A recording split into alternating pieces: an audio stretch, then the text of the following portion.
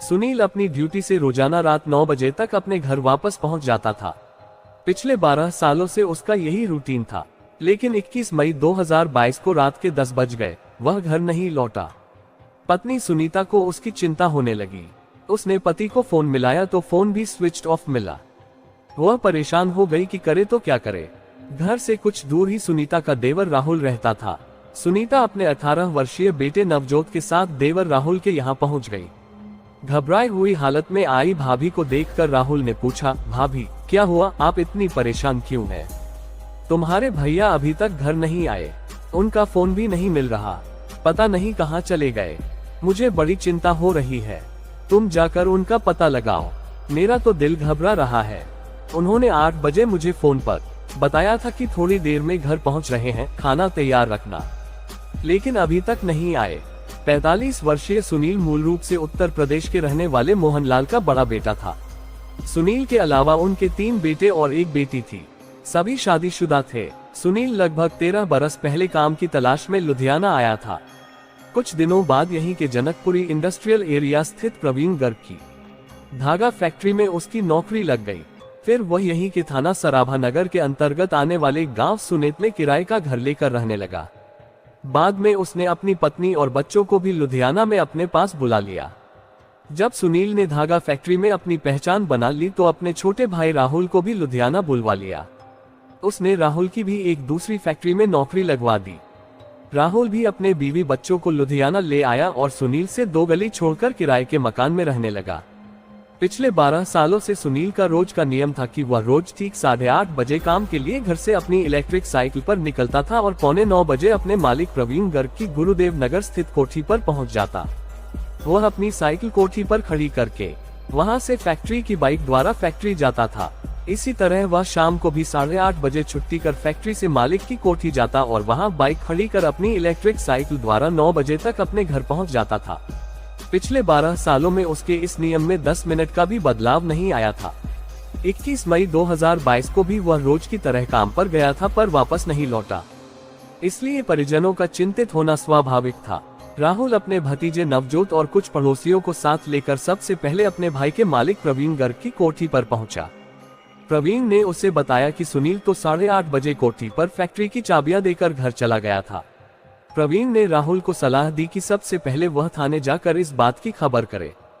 प्रवीण गर्ग की सलाह मानकर राहुल सीधे थाना डिवीजन नंबर 5 पहुंचा और अपने सुनील के लापता होने की बात बताई। उस समय थाने में तैनात ड्यूटी अफसर ने राहुल से कहा, अभी कुछ देर पहले सिविल अस्पताल में एक आदमी की लाश लाई गई थी, जिसके शरीर पर चोटों के निशान थे। लाश अस्पताल की मोर्चरी में रखी है, आप अस्पताल जाकर पहले उस लाश को देख ले, कहीं वह लाश आपके भाई की न हो। राहुल पड़ोसियों के साथ सिविल अस्पताल पहुंच गया। अस्पताल में जैसे ही राहुल ने स्ट्रेचर पर रखी लाश देखी तो उसकी चीख निकल गई। वह लाश उसके भाई सुनील की ही थी। राहुल ने फोन द्वारा इस बात की सूचना अपनी भाभी सुनीता को देकर अस्पताल आने के लिए कहा। उधर लाश की शिनाख्त होने के बाद आगे की कार्यवाही के लिए डॉक्टरों ने यह खबर थाना दुगरी के अंतर्गत आने वाली पुलिस चौकी शहीद भगत सिंह नगर को दे दी। सुनील की लाश उसी चौकी के क्षेत्र में मिली थी। दरअसल 21 मई 2022 की रात 10 बजे किसी राहगीर ने लुधियाना पुलिस कंट्रोल रूम को फोन द्वारा यह खबर दी थी कि पखोवल स्थित सिटी सेंटर के पास सड़क किनारे एक आदमी की लाश पड़ी है। कंट्रोल रूम ने यह खबर संबंधित पुलिस चौकी शहीद भगत सिंह नगर को दे दी थी। सूचना मिलते ही चौकी इंचार्ज एएसआई सुनील कुमार, हवलदार गुरमेल सिंह, दलजीत सिंह और सिपाही हरपिंदर सिंह के साथ मौके पर पहुंचे। उन्होंने इसकी सूचना एडिशनल डीसीपी 2 जस किरणजीत सिंह, एसीपी जशनदीप सिंह के अलावा क्राइम टीम को भी दे दी थी। लाश का निरीक्षण करने पर उसकी जेब से बरामद 5 से 65 रुपए और एक मोबाइल फोन मिला। फोन टूटी फूटी हालत में था, जिसे बाद में चंडीगढ़ स्थित फोरेंसिक लैब भेजा गया था। लाश के पास ही एक बैग भी पड़ा था, जिसमें खाने का टिफिन था। मृतक के सिर पर चोट का निशान था, जिसका खून बहकर उसके शरीर और कपड़ों पर फैल गया था।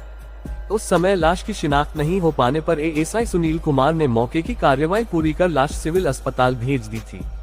अस्पताल द्वारा लाश की शिनाख्त होने की सूचना एएसआई सुनील कुमार को मिली तो वह सिविल अस्पताल पहुंच गए। उन्होंने अस्पताल में मौजूद मृतक की पत्नी सुनीता और भाई राहुल से पूछताछ कर उनके बयान दर्ज किए और राहुल के बयानों के आधार पर सुनील की हत्या का मुकदमा अज्ञात हत्यारों के खिलाफ दर्ज कर आगे की तहकीकात शुरू कर दी। एएसआई सुनील कुमार ने मृतक की फैक्ट्री में उसके साथ काम करने वालों के अलावा उसके मालिक प्रवीण गर्ग से भी पूछताछ की। यहाँ तक कि मृतक के पड़ोसियों से भी मृतक और उसके परिवार के बारे में जानकारी हासिल की गई, पर कोई क्लू हाथ नहीं लगा। सबका यही कहना था कि सुनील सीधा सादा शरीफ इंसान था। उसकी न तो किसी से कोई दुश्मनी थी और न कोई लड़ाई झगड़ा। अपने घर से काम पर जाना और वापस घर लौटकर अपने बच्चों में मग्न रहना ही दिनचर्या थी। एएसआई सुनील की समझ में एक बात नहीं आ रही थी कि मृतक की लाश इतनी दूर सिटी सेंटर के पास कैसे पहुंची, जबकि उसके घर आने का रूट चीमा चौक की ओर से था। उसकी इलेक्ट्रिक साइकिल भी नहीं मिली। महज साइकिल के लिए कोई किसी की हत्या करेगा, यह बात किसी को हजम नहीं हो रही थी। बहरहाल अगले दिन मृतक की पोस्टमार्टम रिपोर्ट भी आ गई। रिपोर्ट में बताया गया कि मृतक के सिर पर किसी भारी चीज से वार किया गया था और उसका गला चेन जैसी किसी चीज से घोटा गया था। मृतक के शरीर पर चोट के भी निशान थे। इससे यही लग रहा था कि हत्या से पहले मृतक की खूब पिटाई की गई थी। उसकी हत्या का कारण दम घुटना बताया गया। पोस्टमार्टम के बाद लाश मृतक के घर वालों के हवाले कर दी गई। सुनील की हत्या हुए 1 सप्ताह बीत चुका था। अभी तक पुलिस के हाथ कोई ठोस सबूत नहीं लगा था। मृतक की साइकिल का भी पता नहीं चल पा रहा था। एएसआई सुनील कुमार ने एक बार फिर इस केस पर बड़ी बारीकी से गौर किया।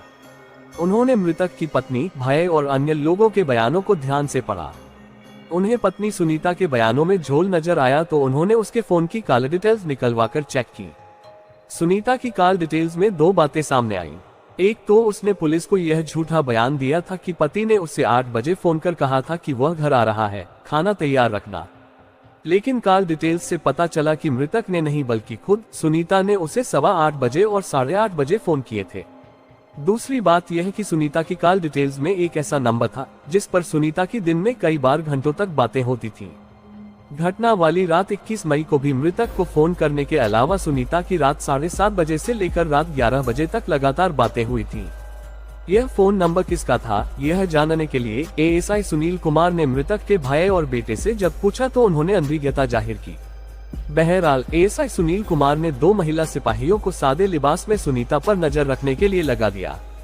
साथ ही मुखबिरों को सुनीता की जन्म कुंडली पता लगाने के लिए कहा। इसके अलावा उन्होंने उस फोन नंबर की कॉल डिटेल्स निकलवाई तो पता चला कि वह नंबर आई ब्लॉक निवासी मनदीप सिंह उर्फ दीपा का है। मनदीप पेशे से ऑटो चालक था। सन 2018 में वह जालसाजी के केस में जेल भी जा चुका था। मनदीप शादीशुदा था और उसकी 3 साल की एक बेटी भी थी। हालांकि उसकी शादी 4 साल पहले ही हुई थी, लेकिन उसकी पत्नी से नहीं बनती थी। पत्नी ने उसके खिलाफ वुमन सेल में केस दायर कर रखा था।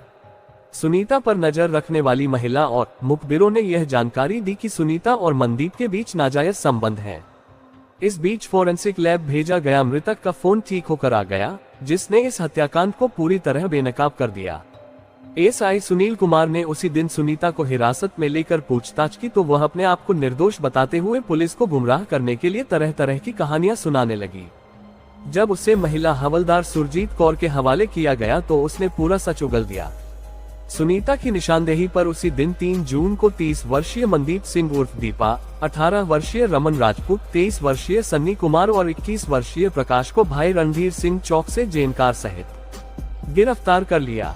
पूछताछ में सभी ने अपना अपराध स्वीकार करते हुए बताया कि उन्होंने सुनीता और मनदीप के कहने पर सुनील की हत्या की थी।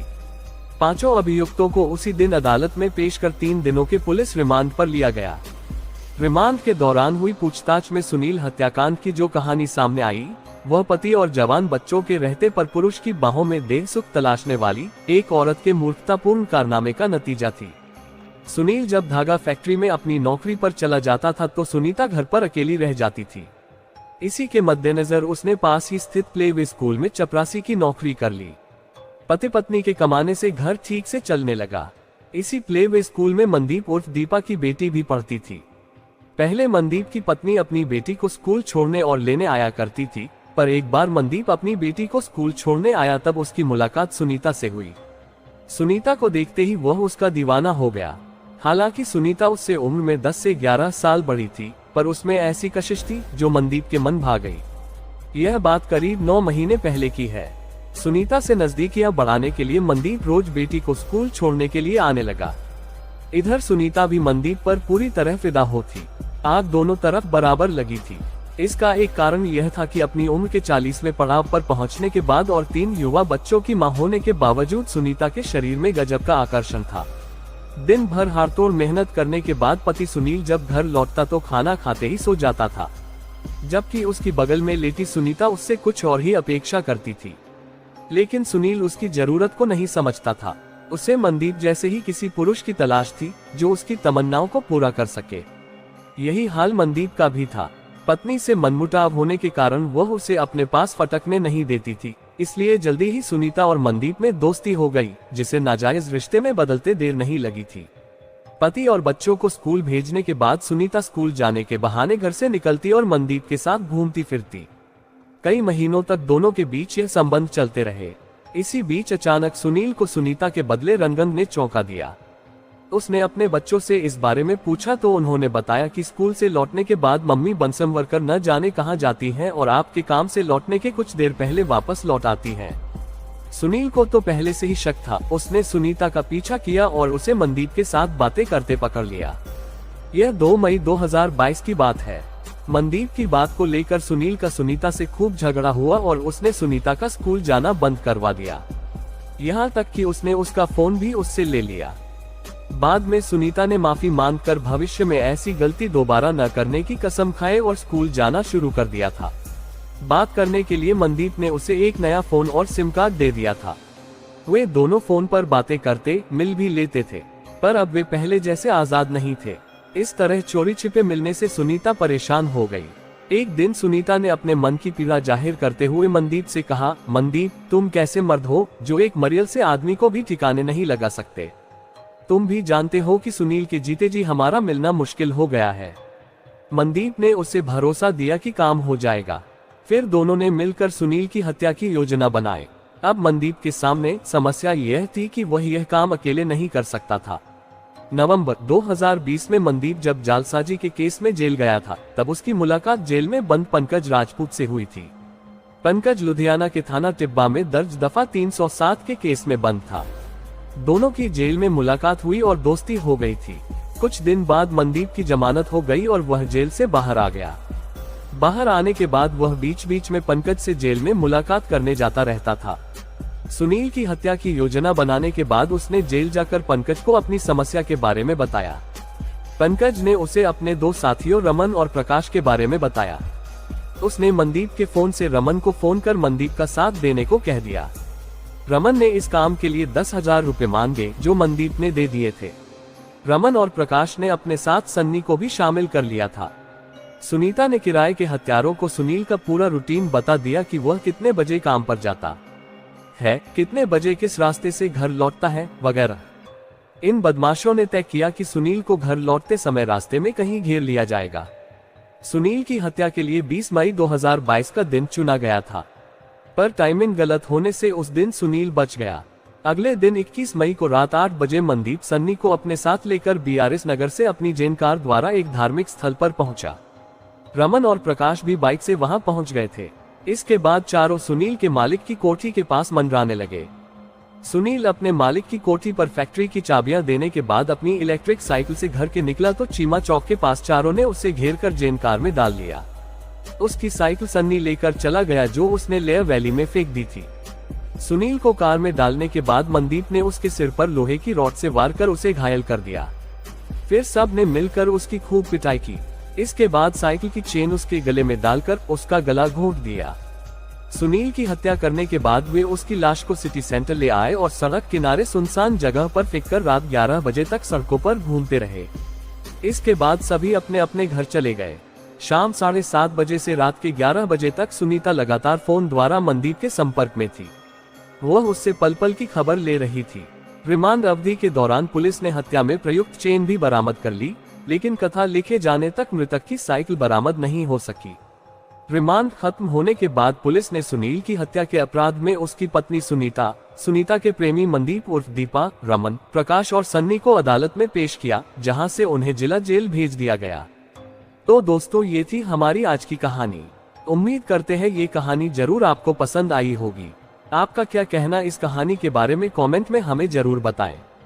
वीडियो को लाइक करके चैनल को सब्सक्राइब कर लीजिए, साथ ही घंटी को दबाकर ऑल पर सेट कर लीजिए ताकि आने वाली वीडियो आपको तुरंत मिल सके।